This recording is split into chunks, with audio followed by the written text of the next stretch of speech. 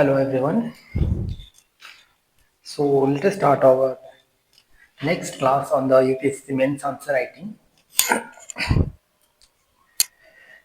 The increasing intensity. First question. The increasing intensity of Himalayan disaster reflects reflect a crisis of cumulative vulnerability, identify the multiple layers of risk in the region, propose an integrated strategy for risk reduction. तो ये इसमें ये कहा गया है तो increasing intensity of the Himalayan disaster so जो Himalayan disaster it is reflecting a crisis of cumulative vulnerability. So to identify the the 2021 Chamoli flash flood, the 2023 Sikkim glacial lake outburst, and there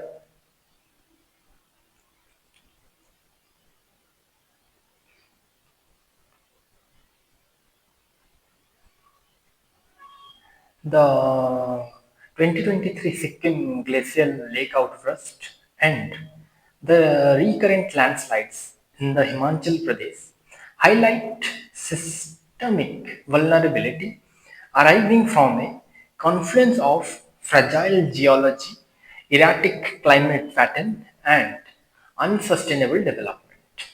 तो ये इसमें कहा गया है जो introduction में the recent disasters The recent disasters in the Himalayan region, such as the 2021 Chamoli flash flood, जो 2021 में जो स्टार्ट हुआ था और जो 2023 Sikkim glacial lake outburst and the recurrent landslides in the Himachal Pradesh highlight systemic vulnerability arising from a confluence of fragile geology, erratic climate pattern and unsustainable development. तो ये एक अच्छा लैंग्वेज लिखा गया है कि the arriving from a confluence of arriving due to जो लिखा गया है और अराइजिंग बिकॉज ऑफ. तो ये एक अच्छा फ्रेज की तरह इस्तेमाल कर सकते हो. ए कॉन्फ्लुएंस ऑफ फ्रजाइल जियोलॉजी मतलब दो तीन चीज अगर एक चीज के लिए डिपेंड होगा तो आप इस फ्रेज को वहां पे इस्तेमाल कर सकते हो. Fragile geology, erratic climate pattern. तो ये जो इरेटिक क्लाइमेट पैटर्न है ये इसको एक फ्रेज की तरह याद रख लेना क्योंकि ये इरेटिक क्लाइमेट पैटर्न बहुत जगह पर इस्तेमाल हो सकता है. इनफैक्ट ज्योग्राफी से लेके आईआर और इंटरनेशनल रिलेशन हो या फिर करंट अफेयर में भी इसको आप इस्तेमाल कर सकते हो. And unsustainable development. इनफैक्ट ये तीनों ही एक फ्रेज बन सकता है. फ्रजाइल जियोलॉजी भी हो सकता है, अनसस्टेनेबल डेवलपमेंट. तो जहां पर भी इन दो सपोज आप इस दोनों को इस्तेमाल कर रहे हो आप वहां पे ये कॉन्फ्लुएंस वर्ड भी इस्तेमाल कर सकते हो due to a confluence of erratic climate pattern and unsustainable development. क्योंकि ये दोनों भी अच्छे शब्द की तरह इस्तेमाल हो सकते हैं, दो अच्छे वोकैबुलरी की.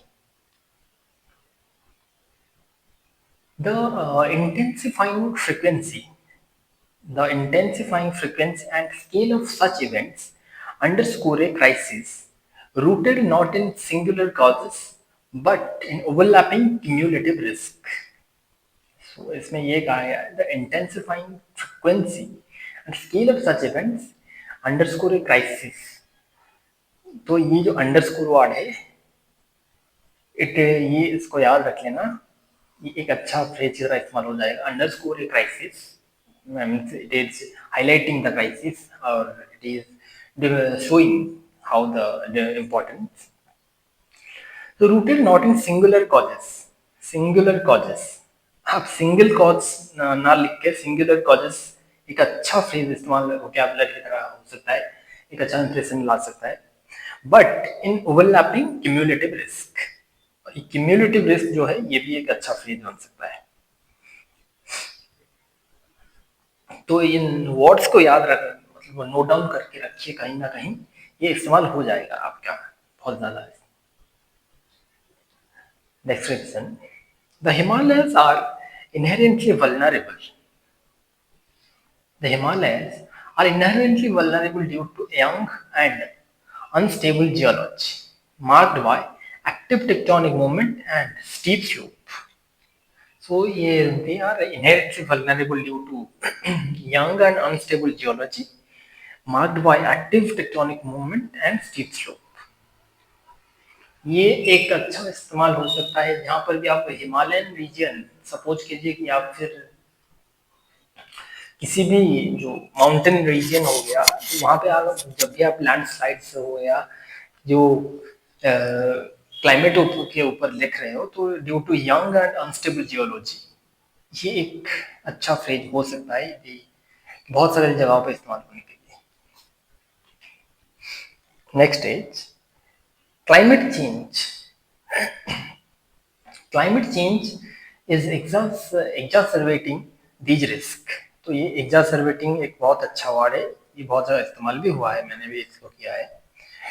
तो exacerbating these risks through increased glacial melt, unpredictable precipitation and rising temperature leading to more frequent floods and glacial lake outburst floods.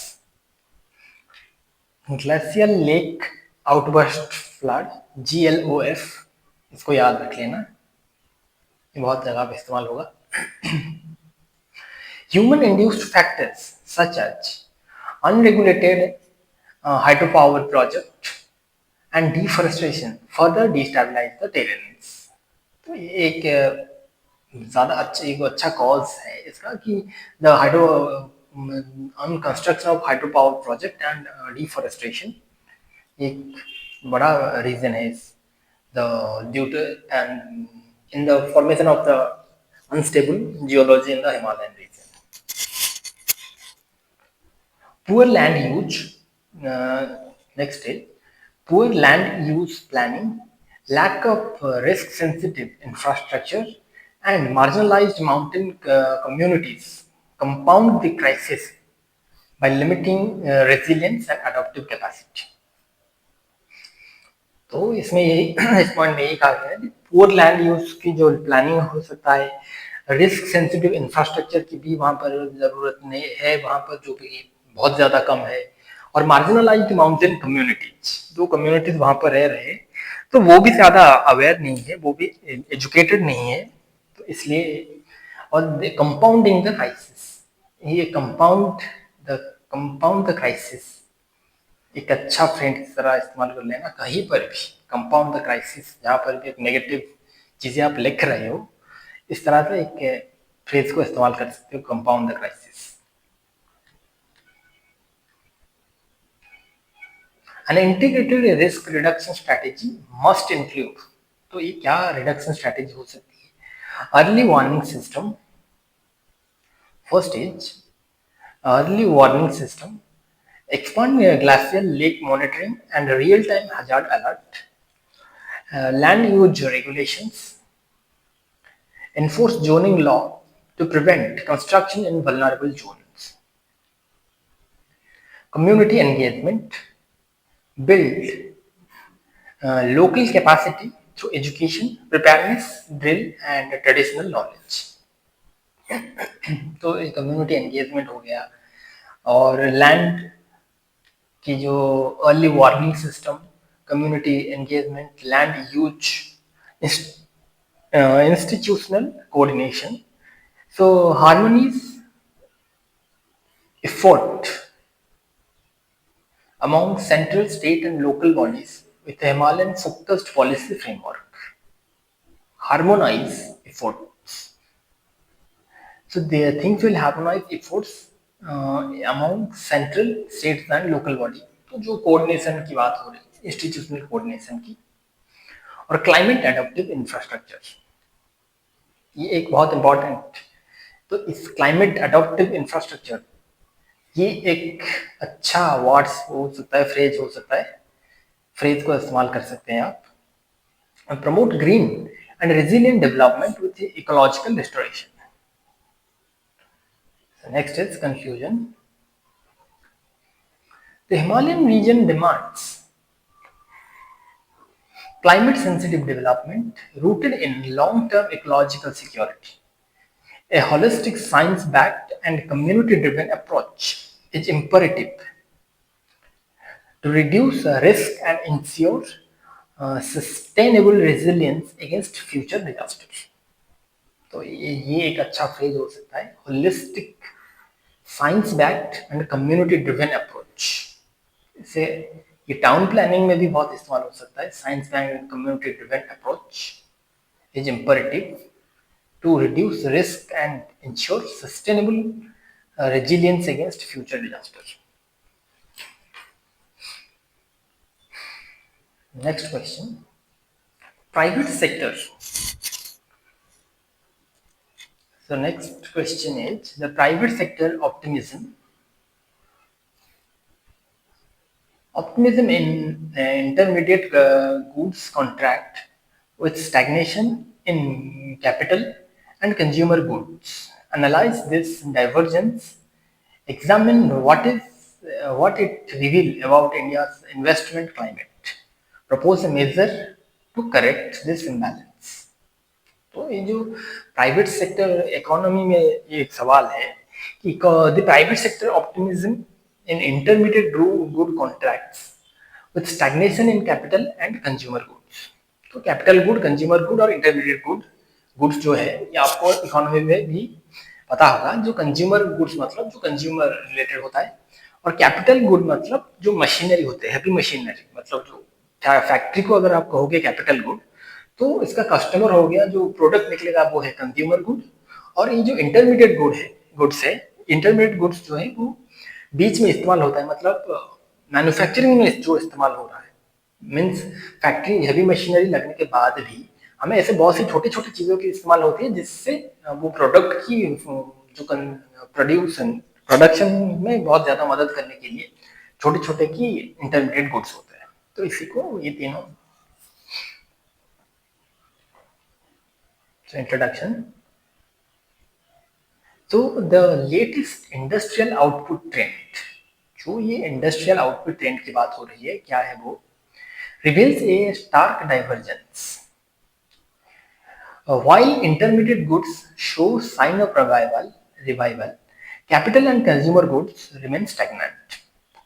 कि जो इंटरमीडिएट गुड्स है, जो कि इसे ये एक साइन ऑफ रिवाइवल, मतलब इसकी जो प्रोडक्शन हो गया, इसकी जो कैपेसिटी, जो आउटपुट होता है, किस तरह परफॉर्म कर रहा है, तो इंटरमीडिएट गुड अच्छा रिवाइवल दिया है।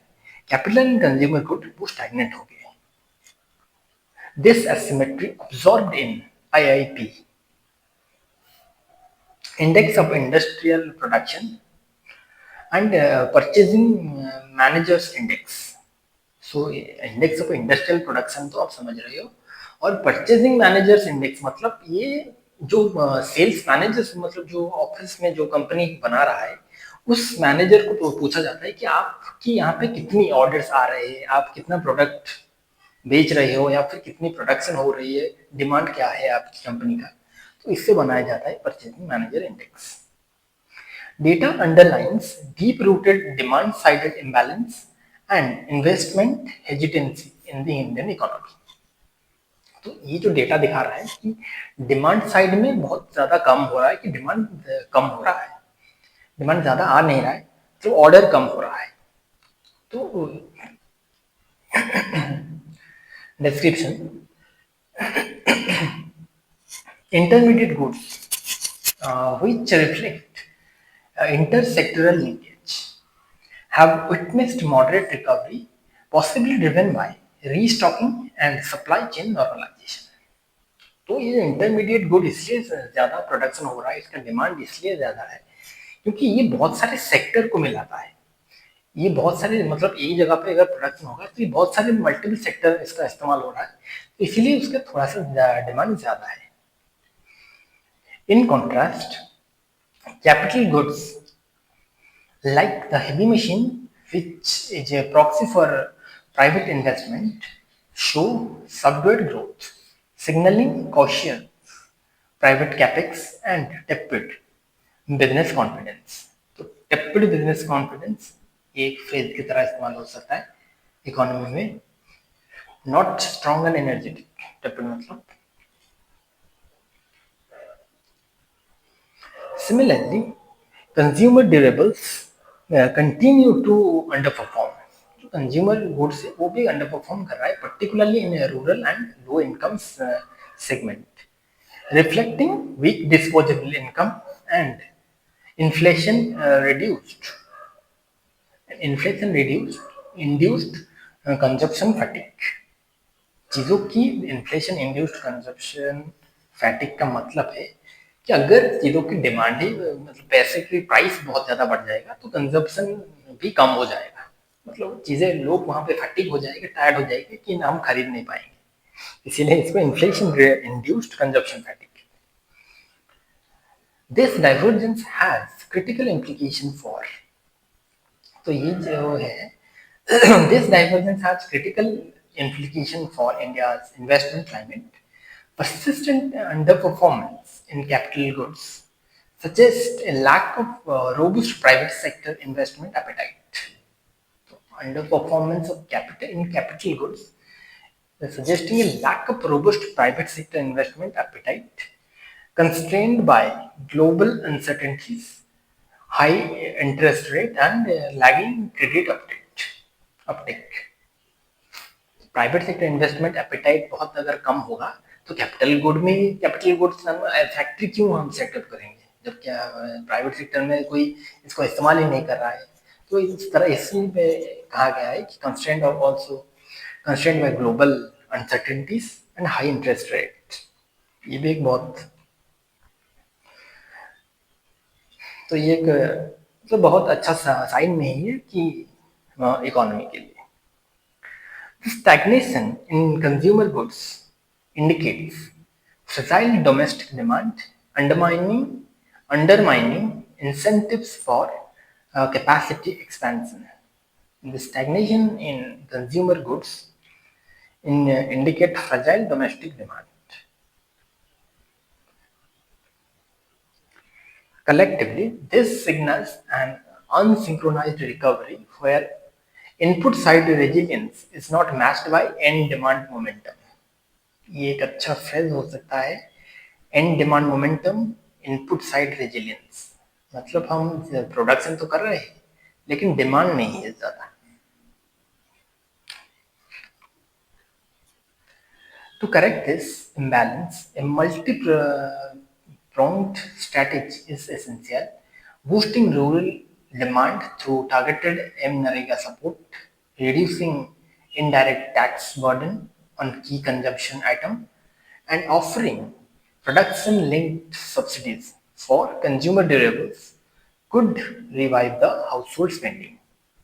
And ये जो कहा गया है तो इसमें और next point is further household spend further facilitating easier credit for MSME and incentivizing greenfield investment via interest subvention or tax holiday would reinvigorate capital formation.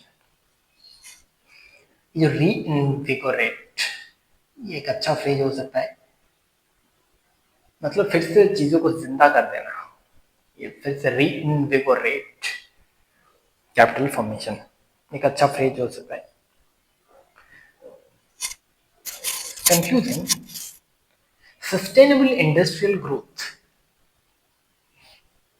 necessitates the convergence of both input and output segment. तो ये जो industrial growth है वो output input दोनों को दिखाता है।